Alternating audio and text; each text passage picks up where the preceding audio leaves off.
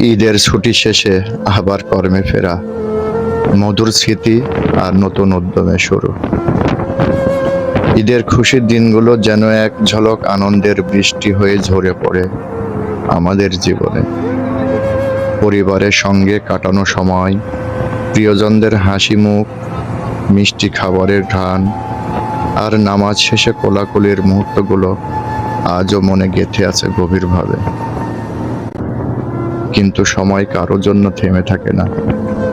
ঈদের সেই চেনা আমেজ পেছনে ফেলে আমরা আবার ফিরে এসেছি আমাদের নিত্যকার কর্মময় জীবনে।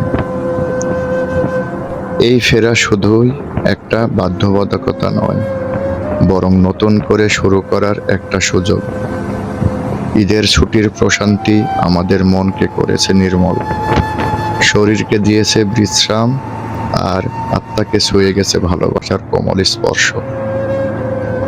এখন এই সব ইতিবাচকতা নিয়েই আমাদের সামনে এগিয়ে যেতে হবে, নতুন লক্ষ্যে, নতুন কাজ আর নতুন অনুপ্রেরণার দিকে।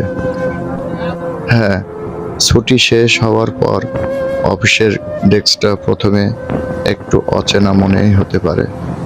ইমেলের পাহাড়, অসমাপ্ত কাজের তালিকা, সব কিছু যেন একসঙ্গে চেপে বসে।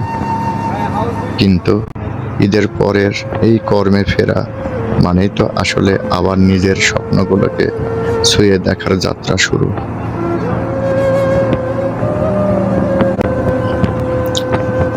এখন সময় নিজেকে প্রমাণ করার, আবার গুছিয়ে নেয়ার, আর প্রতিদিনকে একটু একটু করে সুন্দর করে গড়ার।